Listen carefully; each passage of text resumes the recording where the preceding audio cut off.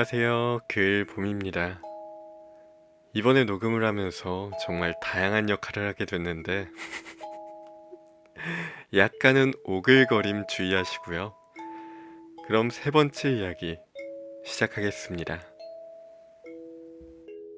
그의 별은 소행성 325, 326, 327, 328, 329, 330과 같은 구역에 있었다.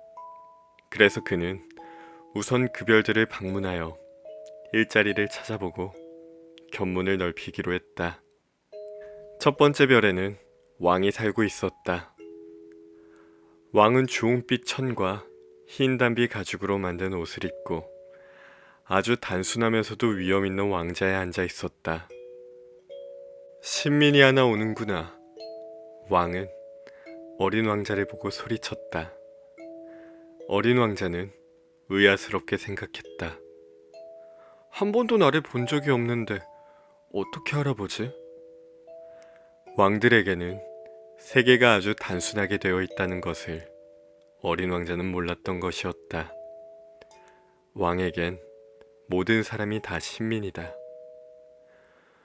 짐이 그대를 더 잘 볼 수 있도록 가까이 오너라.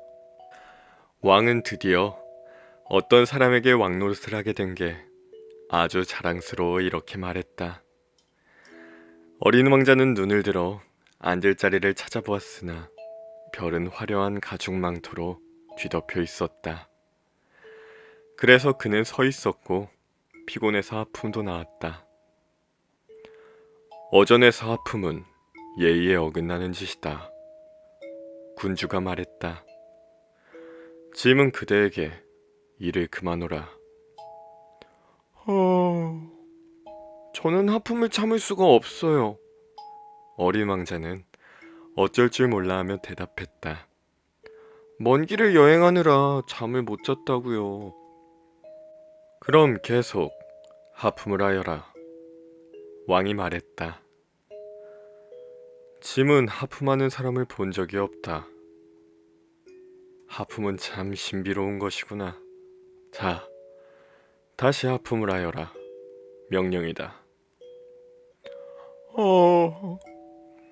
그렇게 얘기하니까 이제 하품이 나오질 않아요. 얼굴을 붉히며 어린 왕자는 말했다. 왕이 대답했다. 그렇다면 짐은 그대에게 명하노라. 어떤 때는 하품을 하고 또 어떤 때는. 그는 좀 빠른 말로 얼버무렸다. 아무래도 화가 난 것 같았다. 왕은 어찌됐든 자기 권위가 존중되기를 바랐던 것이었다. 그는 불복종을 용서하지 않았다. 그는 절대군주였다. 그러나 아주 착한 사람이어서 지당한 명령을 내렸다. 짐이 어느 장군에게 바닷새로 변하라고 얘기했는데 그 장군이 명령에 복종하지 않았다면 그건 장군의 잘못이 아니라 짐의 잘못이니라. 나 앉아도 될까요? 어린 왕자는 머뭇거리며 물었다. 짐은 그대에게 앉기를 명하노라. 왕은 대답하며 담비망토 자락을 위엄있게 걷어올렸다. 그러나 어린 왕자는 놀랐다. 그 별은 아주 작았다. 이 왕은 도대체 무엇을 다스릴까? 전하, 몇 줄 말씀이 있는데요. 그가 말했다. 짐은 그대에게 질문하기를 명하노라. 왕은 대답했다. 전하께선 무엇을 다스리는 거예요? 짐은 모든 것을 다스리니라. 모든 것을요? 왕은 조심스럽게 자기의 별과 다른 모든 행성들을 가리켰다. 저걸 전부 다 다스린다고요? 어린 왕자가 말했다. 그렇다. 왕이 대답했다. 그는 절대군주였을 뿐만 아니라 만유의 왕이기도 했다. 그럼 별들이 다 전하께 복종합니까? 왕이 말했다. 별들은 즉시 복종하느니라. 짐은 불복종을 용서치 아니하노라. 그만한 권력에 어린 왕자는 감탄했다. 내가 만일 그런 권력을 가졌다면 의자를 끌어당길 필요도 없이 하루에 44번이 아니라 72번, 아니 100번이라도, 아니 200번이라도 해넘이를 구경할 수 있었을 텐데. 그러자 버려두고 온 작은 별이 마음속에 떠올랐다. 그는 조금 슬퍼졌으므로 용기를 내어 왕에게 은총을 빌었다. 저는 해 지는 게 보고 싶어요. 혹시 저를 위해서 해가 지도록 명령을 해주시면 안 될까요? 어린 왕자는 왕에게 부탁했다. 짐이 만일 어느 장군에게 바다새로 변하라고 명령을 하여 그 장군이 하달된 명령을 수행하지 못했다면 짐과 장군 가운데 누구 잘못이겠는가? 그건 전하의 잘못입니다. 어린 왕자는 단호하게 대답했다. 그렇다. 누구에게나 그가 할 수 있는 것을 요구해야 하느니라. 왕은 계속 말을 이어갔다. 권이란 무엇보다도 이성에 근거를 두는 법이니라. 네가 만일 네 백성들에게 바다에 빠져 죽으라고 명령을 한다면 그들은 곧 혁명을 일으킬 것이다. 짐이 복종을 요구할 권리가 있음은 짐의 명령이 지당하기 때문이다. 그런데 제가 부탁한 해지는 장면은 어떻게 된 거예요? 한 번 질문을 하면 절대로 잊어버리지 않는 어린 왕자가 다시 질문했다. 너는 곧 해지는 걸 구경하게 될 것이다. 짐은 그것을 명령하겠노라. 그러나 짐의 통치술에 따라 조건이 마련될 때까지는 기다려라 하느니라. 그게 언제쯤 될까요? 어린 왕자는 캐물었다. 왕은 우선 커다란 달력을 들추며 대답했다. 보자. 오늘 저녁 7시 40분경이 되리라. 그때 너는 짐의 명령이 얼마나 잘 이행되는지를 지켜봐야 하겠구나. 어린 왕자는 하품을 했다. 해지는 것을 못 보게 되어 서운하기도 했다. 그는 벌써부터 지루해 하였다. 저는 여기서 더 할 일이 없어요. 이만 전 가볼게요. 그는 왕에게 말했다. 그러자 왕이 대답했다. 짐의 곁을 떠나지 말라. 짐은 너를 대신으로 임명하노라. 네? 무슨 대신이요? 법무 대신. 하지만 재판받을 사람이 없는데요. 짐은 아직까지 짐의 왕국을 돌아본 적이 없노라. 이제 매우 늙었고 수레를 놓을 자리도 없고 걷자니 피곤하구나. 왕이 말했다. 하지만 전 다 둘러보았는데요. 어린 왕자는 대답했다. 그는 방금 몸을 기울여 그 별의 다른 편을 힐끗 보았던 것이었다. 저쪽에도 아무것도 없어요. 그럼 그대 자신을 재판하라. 왕이 대답했다. 그게 가장 어려운 일이다. 다른 사람을 판단하는 것보다 제 자신을 판단하는 게 훨씬 더 어려운 일이니라. 네가 자신을 잘 판단할 수 있게 된다면 그것은 네가 참으로 슬기로운 사람이기 때문이니라. 저는 아무 데서나 제 자신을 판단할 수 있는데요. 꼭 여기서 할 필요는 없어요. 어린 왕자는 말했다.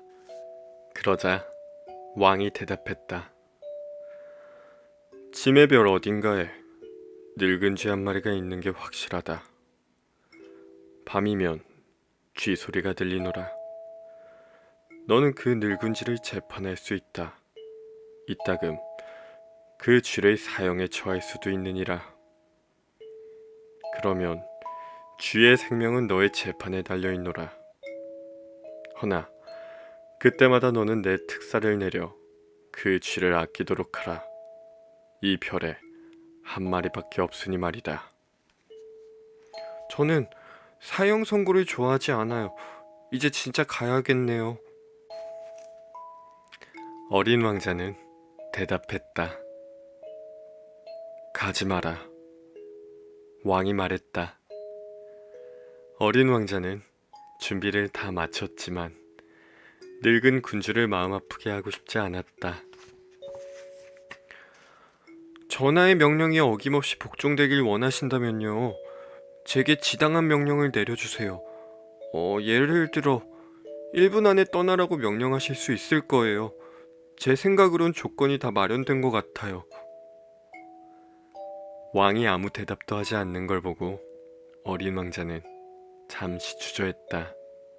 하지만 곧 한숨을 쉬며 별을 떠났다.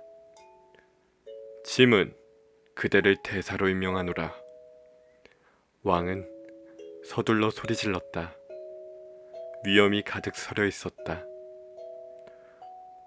어른들은 진짜 이상해. 어린 왕자는 여행을 하며 속으로 생각했다.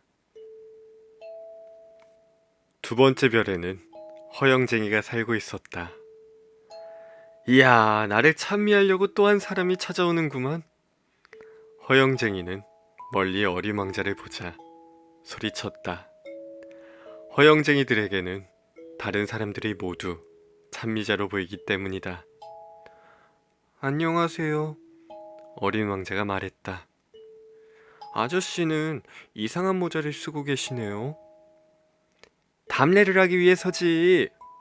허영쟁이가 대답했다. 사람들이 나에게 박수갈채를 할 때 담례를 하기 위해서란다. 아이, 근데 불행하게도 여기를 지나가는 사람이 아무도 없네. 그래요? 무슨 말인지 알아듣지 못한 어린 왕자가 말했다. 꼬마야, 두 손을 딱 마주쳐봐라. 그래서 허영쟁이가 일러주었다. 어린 왕자는 두 손을 마주쳤다. 허영쟁이는 모자를 벗어들고 공손히 담례를 하였다. 왕을 만났을 때보다 훨씬 재밌는데? 어린 왕자는 속으로 생각했다.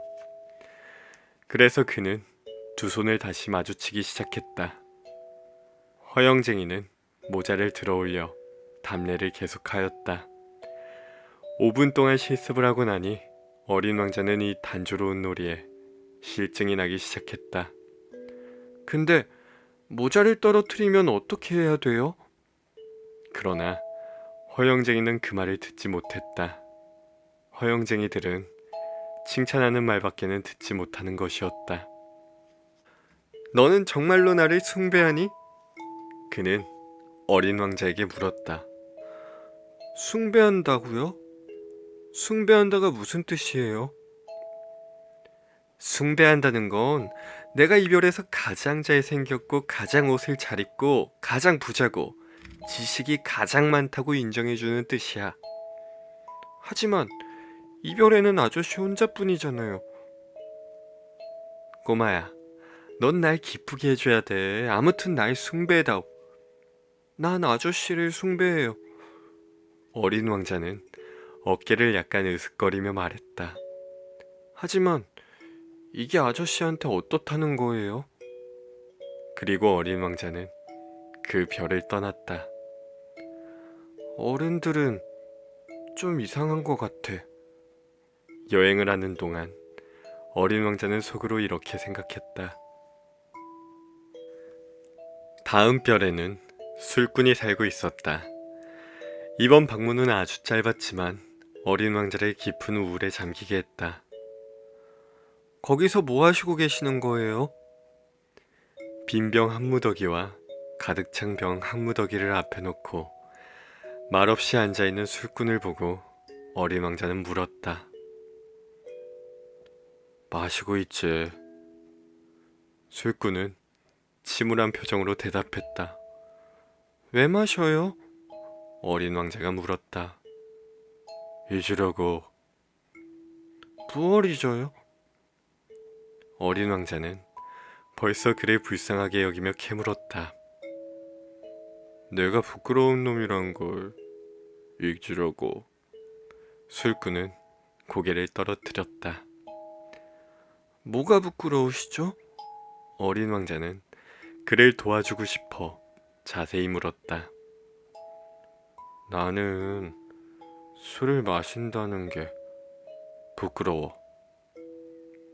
주정뱅이는 말을 끝내고 입을 꼭 다물었다. 그래서 어린 왕자는 어쩔 줄 몰라 하며 그 별을 떠나게 됐다. 어른들은 아무리 봐도 아주 이상한 것 같아. 여행을 하는 동안 그는 속으로 그렇게만 생각했다. 네 번째 별은 사업가의 별이었다. 이 사람은 얼마나 바쁜지 어린 왕자가 왔는데도 고개조차 들지 않았다. 안녕하세요. 어린 왕자가 말했다. 담뱃불이 꺼졌네요. 보자. 셋 더하기 둘은 다섯, 다섯 더하기 일곱은 열둘, 열둘에다 셋은 열다섯. 안녕. 열다섯은 스물둘. 스물둘에다가 여섯이면 스물여덟. 스물여섯에 다섯은 서른하나. 끝났다. 자, 그럼 5억 162만 2731. 뭐가 5억이에요? 뭐야, 너 아직 여태 있었니? 5억 100만. 그리고 뭐더라? 일이 너무 많아. 꼬마야, 나는 중대한 일을 하고 있는 사람이야. 난 말이야, 그런 시시한 이야기 따위를 시간을 보내고 있지 않아. 둘에 다섯은 일곱. 뭐가 5억 100만이에요? 한번 질문을 하면 절대로 포기하지 않는 어린 왕자는 되풀이해서 물었다. 그러자 사업가가 고개를 들었다. 꼬마야, 잘 들어. 나는 이 별에 54년간 살았지만 방해를 받은 적은 딱 3번뿐이었어. 처음은 22년 전이야. 어디서 알아들었는지 풍뎅이 한 마리가 턱 떨어진 거지. 그놈이 아주 요란한 소리를 내지르는 통에 덧셈이 무려 4군데나 틀렸어. 두 번째는 11년 전이야. 신경통 발작 때문이었지. 난 운동 부족이거든. 한가롭게 걸어다닐 시간이 없어서 그래. 꼬마야, 난 말이야, 난 아주 중요한 사람이야. 그리고 마지막, 세 번째, 그건 바로 지금이야. 보자. 그런데 내가 아까 5억 100만, 5억 200만? 뭐가 억이고 뭐가 100만인데요? 조용해지긴 틀렸다고 사업가는 깨달았다. 꼬마야, 이따금 하늘에서 볼 수 있는 작은 것들 말이야. 파리떼요? 아니, 그 반짝반짝 빛나는 것들. 반짝반짝 꿀벌? 아니 꼬마야, 그 반짝거리는 조그만 것들 말이야. 꼬마야, 게으름뱅이들은 그걸 쳐다보며 꿈만 꾸고 앉아있지. 그러나 난 정말 중요한 일을 하는 사람이야. 꿈꾸고 있을 시간이 없다고. 별들! 그래, 별. 그럼 아저씨는 별을 5억 개나 가지고 뭐해요? 5억 162만 2731개. 난 매우 중요한 일을 하는 사람이야. 나는 아주 정확하다고. 근데 그 별로 뭐 하는데요? 뭐 하다니? 네? 아무것도 안 해. 그냥 그것들을 소유하는 것뿐이야. 아저씨가 별을 소유한다고요? 그래. 근데 난 벌써 왕을 보았는데 그 왕이 있잖아. 왕은 별을 소유하는 게 아니야. 지배하는 거지. 그건 아주 다른 거란다. 그럼 별을 소유하게 되면 아저씨에게 무슨 소용이 있는데요? 부자가 되지. 그럼 부자가 되는 건 무슨 소용이 있는데요? 다른 별들을 사는 데 도움이 되지. 누가 별을 하나 발견했을 때 말이야. 이 사람도 이치를 따지는 식이 그 주정쟁이와 비슷하네. 어린 왕자는 속으로 생각했다. 그러나 그는 다시 질문을 했다. 어떻게 하면 별을 소유할 수 있죠? 그것들을 맡아놓은 사람이 누구니? 사업가가 까다롭게 말했다. 모르겠어요. 그건 아무도 아니지 않을까요? 그러니 내가 맡아놓는 거야. 그걸 맨 처음 발견한 사람이 나니까 말이야.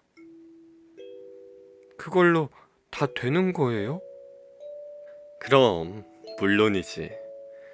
꼬마야, 아무도 맡아놓지 않은 다이아몬드를 네가 가장 먼저 발견했다고 쳐봐. 그럼 그건 네 거야. 아무도 맡아놓지 않은 섬 하나를 네가 발견했다고 쳐봐. 그럼 그것도 네 거야. 어떤 생각을 네가 맨 처음 생각했다고 생각을 해보자.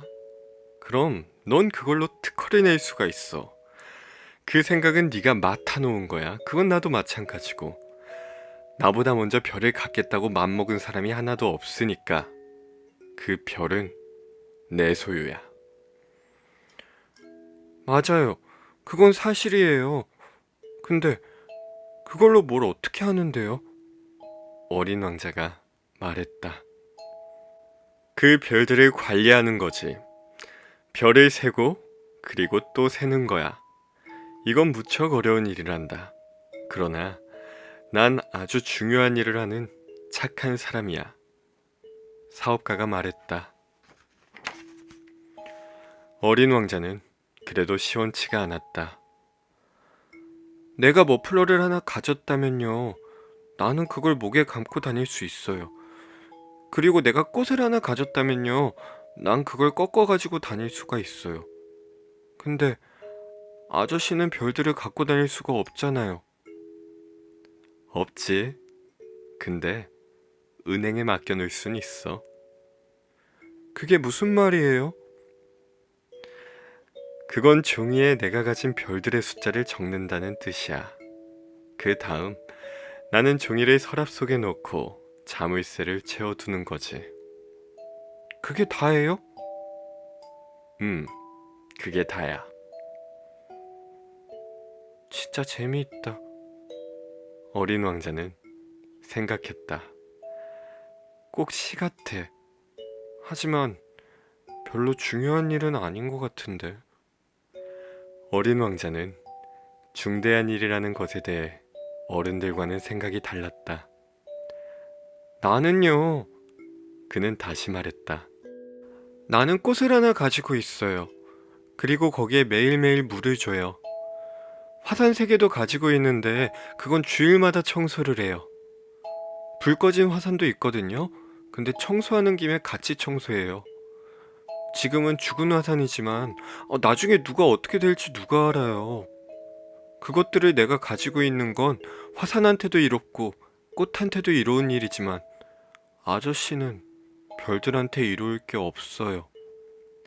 상인은 무어라 말을 하려 했지만 대답할 말을 찾지 못했다. 그렇게 어린 왕자는 그 별을 떠났다. 정말이지, 어른들은 확실히 이상해. 여행을 계속하며 어린 왕자는 속으로 이런 생각을 계속했다.